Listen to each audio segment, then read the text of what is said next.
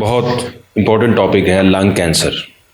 Sir क्या वजह है कि पूरी दुनिया में जो है वो मोर्टेलिटी रेट लंग कैंसर की वजह से बहुत ज़्यादा लीडिंग कॉज है, लेकिन पाकिस्तान में ऐसा लगता है कि लंग कैंसर है ही नहीं। क्या वाकई नहीं है या ये हम इसको डायग्नोज ही नहीं कर पा रहे? देखिए, दुनिया में जो लीडिंग कॉज ऑफ डेथ है, अगर आप कैंसर में जाएँ ना, तो वो लंग कैंसर ही है। अब पाकिस्तान की पॉपुलेशन को अगर हम स्टडी करें, ना तो हम उनसे हेल्थ वाइज बेहतर हैं, ना ही हम हाइजीन वाइज उनसे बेहतर हैं, ना ही हम कहें कि हमारा जेनेटिक मेकअप उनसे बेहतर है। तो लंग कैंसर स्टिल देखने में नहीं आता। जो आपने बात की बिल्कुल ठीक की है। इसकी वजह बहुत बड़ी जो है वो ट्यूबरक्लोसिस है और मेल प्रैक्टिस है।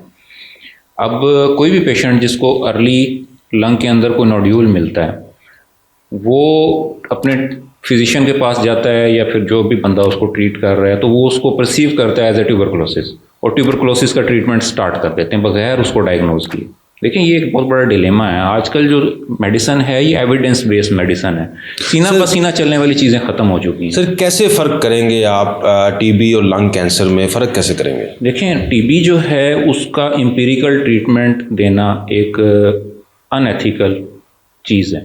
जब तक आपने टीबी डायग्नोज नहीं की, आप एक बंदे को कैसे कह सकते हैं कि तुम सुबह उठो और 5 गोलियां इतनी बड़ी बड़ी निहार मुँह खाओ, और वो भी 6 महीने से 9 महीने तक।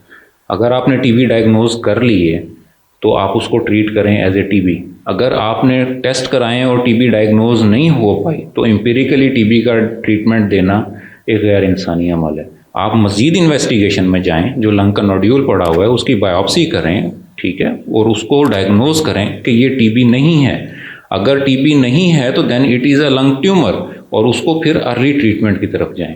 स्क्रीनिंग प्रोग्राम्स हैं दुनिया में, जो हाई रिस्क पॉपुलेशन है उसमें उन्होंने क्राइटेरियाज बनाए हैं। मोस्टली क्राइटेरिया ये है कि जो 45 ईयर्स ऑफ एज और अबव हैं, और जो स्मोकर्स हैं फॉर सर्टेन ईयर्स 10 ईयर्स और सो, उनके लिए सिटी स्कैन होते हैं, लो डोज सिटी स्कैन। पूरी पॉपुलेशन को वो स्कैन करते हैं, और जो भी पेशेंट हैं जिनमें अर्ली ग्राउंड ग्लास हेज भी आया तो वो उसको डिटेक्ट कर लेते हैं, और उस ग्राउंड ग्लास हेज को वो फॉलो करते हैं, और उन ट्यूमर्स को वो ग्राउंड ग्लास हेज या फिर अर्ली नोड्यूल, जिसको एसपीएन कहते हैं, सॉलिटरी पल्मोनरी नोड्यूल, उस फॉर्म में ट्रीट कर देते हैं, और वो पेशेंट्स ठीक हो जाते हैं, और उनकी लाइफ एक्सपेक्टेंसी भी बिल्कुल ठीक रहती है।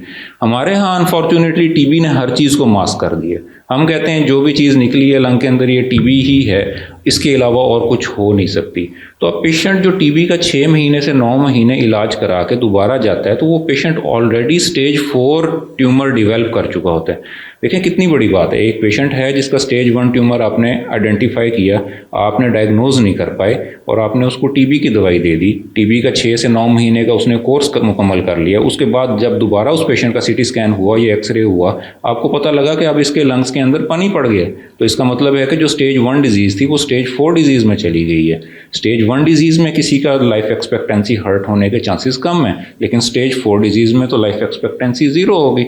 अब आप उस पेशेंट को जितना भी ट्रीट कर लें वो कभी ठीक नहीं होता। हमारे पास जो पेशेंट हैं अनफॉर्चुनेटली वो स्टेज 4 डिजीज़ या स्टेज 4 के करीब जो है वो प्रेजेंट करते हैं, और उसकी बहुत बड़ी वजह जो है वो क्वैकरी है, और टीबी को ओवर डायग्नोज करना और ओवर ट्रीट करना है। लेकिन सर आप कह रहे हैं कि ये एक तो क्वैकरी होगी कि जो हकीम वगैरह या उस तरह के लोग करते हैं, दूसरी क्वैकरी आप मेडिकल फील्ड में भी कह रहे हैं। देखिए मेरी बात सुने, मेडिकल फील्ड के अंदर हमने जो चीज़ें हैं उनको गाइडलाइंस को फॉलो करने का जो रिवाज है वो अब आके पड़ रहा है। लोग जो हैं वो सीना बसीना नॉलेज के ऊपर जो है वो ज़्यादा जो है रिलाई करते रहे हैं। दूसरा नंबर पे लोग जो हैं वो अपनी इंट्यूशन पे कि ये मुझे लग रहा है तो मैंने इसको इस तरह से ट्रीट कर दिया, ऐसी बात नहीं है। एविडेंस बेस्ड बात करें, जो चीज़ है वो एक हार्ड फैक्ट है कि ये है, ठीक है ना, उसको प्रूव करें। अगर आप प्रूव करने में कामयाब हो जाते हैं, treat it as a TB. लेकिन अगर आप प्रूव करने में कामयाब नहीं हो सकते तो फिर आप उसके ऑल्टरनेट डायग्नोसिस को भी देखें। सर एक आम पेशेंट को कैसे पता चले कि मैंने कब जो है ये अपनी जो है वो लंग कैंसर की तरफ सोचना शुरू करना? देखें, एक पेशेंट है, उसको अगर सुबह के टाइम उठते हुए खांसी में बलगम आ रही है, उसका वज़न तेज़ी से गिर रहा है, उसको लिथार्जी फील हो रही है, और वो स्मोकर भी है, और उसकी फैमिली में किसी को ट्यूमर की हिस्ट्री भी है, और वो 40-45 ईयर्स से अबव है, तो ये काफ़ी है उसको इस चीज़ की तरफ लाने के लिए कि उसको अपनी सेहत की तरफ तवज्जो देनी।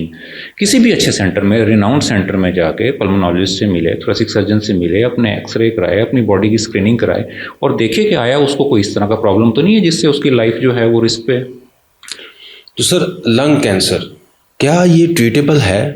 जी, लंग कैंसर बिल्कुल ट्रीटेबल है। कुछ अर्सा पहले हम चाइना गए हुए थे करने के लिए ट्रेनिंग प्रोग्राम। उनके पास जो है बहुत एडवांस किस्म की सर्जरीज हो रही थी। हम बड़ा हैरान हुए इस चीज़ को देख के कि वो लंग कैंसर के जो नोड्यूल्स है वो 1 सेंटीमीटर 2 सेंटीमीटर नोड्यूल्स को वो सर्जरी के थ्रू रिमूव कर रहे थे। अब जिसका 1 सेंटीमीटर का ट्यूमर सिर्फ लंग के अंदर है और उसको रिमूव कर दिया तो उस बंदे की लाइफ एक्सपेक्टेंसी तो एज ए नॉर्मल है। वो अगर 80 साल या 90 साल जीना है तो वो डिजीज़ फ्री 80 साल 90 साल जी लेगा और उसको कोई फ़र्क भी नहीं पड़ेगा उससे। क्योंकि जो Yuvraj Singh lung cancer survival है, तो क्या पाकिस्तान में सर ये सर्जरी अवेलेबल है लंग कैंसर के लिए? जी, पाकिस्तान में बहुत एडवांस लेवल पे सर्जरी हो रही है। दुनिया जिस लेवल पे चल रही है हम उनसे एक स्टेप ही पीछे हैं। दुनिया रोबोटिक्स पे चली गई है लेकिन हम लोग जो हैं वो यूनिपोर्टल वैट्स तक तो जो है वो परफॉर्म कर रहे हैं। अब यूनिपोर्टल वैट्स के बाद तो सिर्फ एक रोबोटिक ही रह जाता है। रोबोटिक भी इवेंचुअली पाकिस्तान में जो है वो फेम पकड़ रही है और कुछ ना कुछ दिन अरसे बाद रोबोटिक सर्जरीज होने लग जानी। लेकिन जो डिलेमा है वो डायग्नोस्टिक है। लोग डायग्नोज नहीं करना चाह रहे या लोग डायग्नोसिस की तरफ आते नहीं हैं। अब जब किसी को पता लगता है कि ट्यूमर है तो वो कहता है अल्लाह करे ये झूठ हो, ठीक है ना। वो दम कराने निकल जाते हैं, वो कीम साहब के पास चले जाते हैं, वो कुछ और जो है हर्बल मेडिकेशन की तरफ चले जाते हैं। और जो एक्चुअल ट्रीटमेंट है जिसकी गाइडलाइंस है जो दुनिया ने एविडेंस बेस्ड प्रूफ किया हुआ है उससे लोग फरार का रास्ता इख्तियार करते हैं। सर आप बात कर रहे थे लंग स्क्रीनिंग की, क्या पाकिस्तान में सेंटर्स हैं जो लंग स्क्रीनिंग कर रहे हैं? पाकिस्तान में इस टाइम पे तो कोई सेंटर नहीं है जो कि बल्क के अंदर लंग स्क्रीनिंग कर रहा हो। कुछ हमारे हॉस्पिटल्स हैं जो कि चैरिटेबल हॉस्पिटल्स हैं जो कि कुछ सीनियर ऑन्कोलॉजिस्ट उनको चला रहे हैं। मैं नाम जो है वो यहाँ पे कोट नहीं कर सकता। उनसे हमारी डिस्कशन हुई है कि हमें एक पॉपुलेशन चंक जो है उसको लेना चाहिए और उसके अंदर स्क्रीनिंग प्रोग्राम को रन करना चाहिए। इस पर हम काम कर रहे हैं। हो सकता है आने वाले सालों में हम इस पर जो है वो कामयाब हो जाएं, लेकिन गवर्नमेंट को इस तरफ तवज्जो देने की ज़रूरत है क्योंकि गवर्नमेंट एक बहुत बड़ा मशीनरी है, उनके पास सब चीज़ें हैं, उनके पास फाइनेंसेस हैं। तो गवर्नमेंट अगर इस चीज़ पर तवज्जो दे तो इसके अंदर बहुत सारी पेशरफ्त हो सकती है और बहुत सारे लोग जो कीमती जानें जो हैं वो बचाई जा सकती हैं। तो सर जो आम लोग हैं वो अगर अपनी लंग्स की स्क्रीनिंग कराना चाहते हैं तो वो कौन कौन से टेस्ट कराएं? देखिए, जो बंदा 45 ईयर्स ऑफ एज से अबव है, 10 साल से ज़्यादा उसको स्मोकिंग करते हुए हो गए हैं और साथ में उसको वेट लॉस हो रहा है, उसको सुबह उठ के जो है वो बलगम के अंदर खून आता है और उसको जो है वो लेथार्जी फील हो रही है, ये वो बंदा है जिसको अपनी लंग कैंसर स्क्रीनिंग की तरफ जाना चाहिए। लो डोज सिटी स्कैन कराएं, अपने लंग को स्क्रीन करें। अगर उनके लंग के अंदर कोई इस तरह का नोड्यूल पड़ा हुआ है तो वो थोरेसिक सर्जन से जो है वो रब्ता करके आगे ट्रीटमेंट परस्यू करें। अब सब ये ज़रूरी नहीं है कि सारे पेशेंट्स की इमीडिएटली सर्जरी ही हो जानी है। जिनके छोटे नोड्यूल्स होते हैं उन पेशेंट को फॉलो अप में ले लिया जाता है कि इसको हमने टाइम टू टाइम रीअसेस करना है। कुछ नोड्यूल्स होते हैं जो कि टाइम के साथ जो है वो इंक्रीज इन साइज़ नहीं करते, वो कंजर्वेटिव मैनेजमेंट में ही चले जाते हैं। कुछ नोड्यूल्स होते हैं जो कि बहुत रैपिडली ग्रो करते हैं। एक आपके पास आया आज, वो 1 सेंटीमीटर का है, आपने 3 मंथ्स के बाद स्कैन किया तो वो 3 सेंटीमीटर का है। तो दिस इज़ समथिंग जिसको जो है वो इमीडिएट सर्जिकल इंटरवेंशन की ज़रूरत होती है। तो ये वो पेशेंट हैं जिनको स्क्रीनिंग के साथ बहुत सारा फ़ायदा हो सकता है।